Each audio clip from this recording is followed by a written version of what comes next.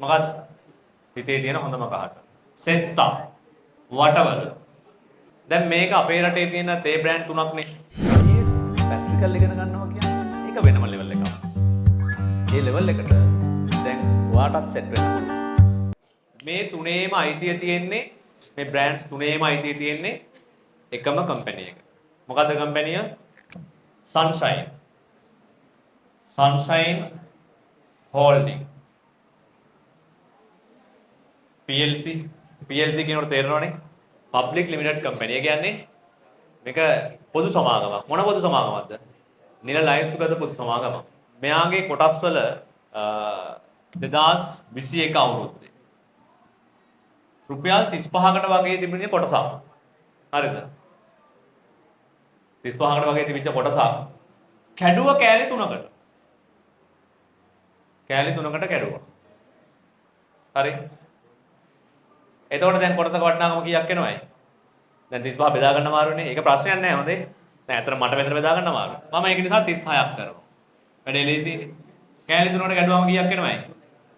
12යි. ඒතර එක කොටසක වටිනාකම කීයක් වෙනවයි? 12ක් වුණා.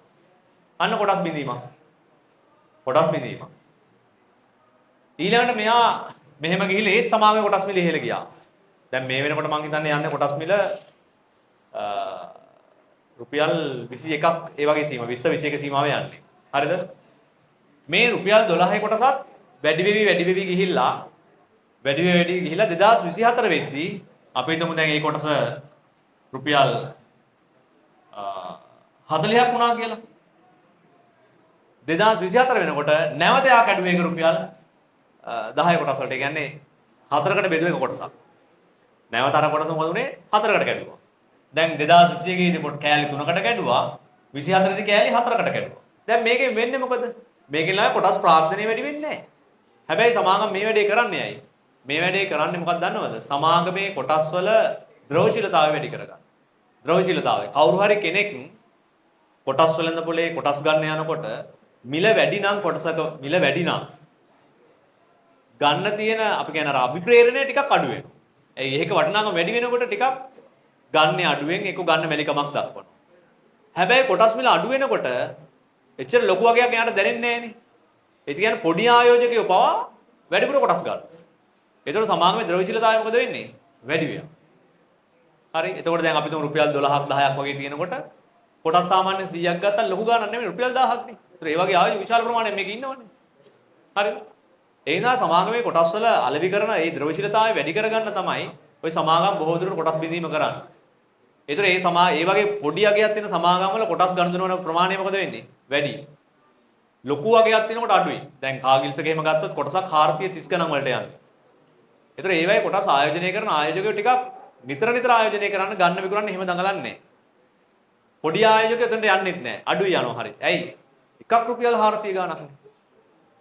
එතකොට ඒ කොටස් විකිරණ ප්‍රමාණය මොකද වෙන්නේ? ටිකක් අඩු වෙනවා. ඒ විකිරණ ප්‍රමාණය අඩු වෙනකොට තව දෙයක් වෙනවා. දැන් විකිනෙන්න මිලදී ගන්න කට්ටිය වැඩි වුණොත් නේද අර ඉල්ලුම අඩු වැඩි වෙලා වැඩිපුර මේකට අගයක් එකතු වෙන්නේ.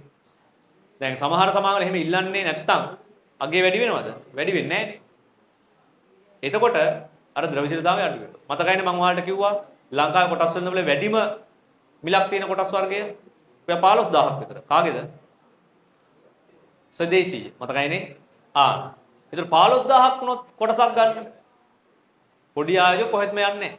ඒතර ඒවයි ද්‍රවශීලතාවය හරිය අඩුයි. කොටස් වල ගනුදෙනු ප්‍රමාණයත් අඩුයි.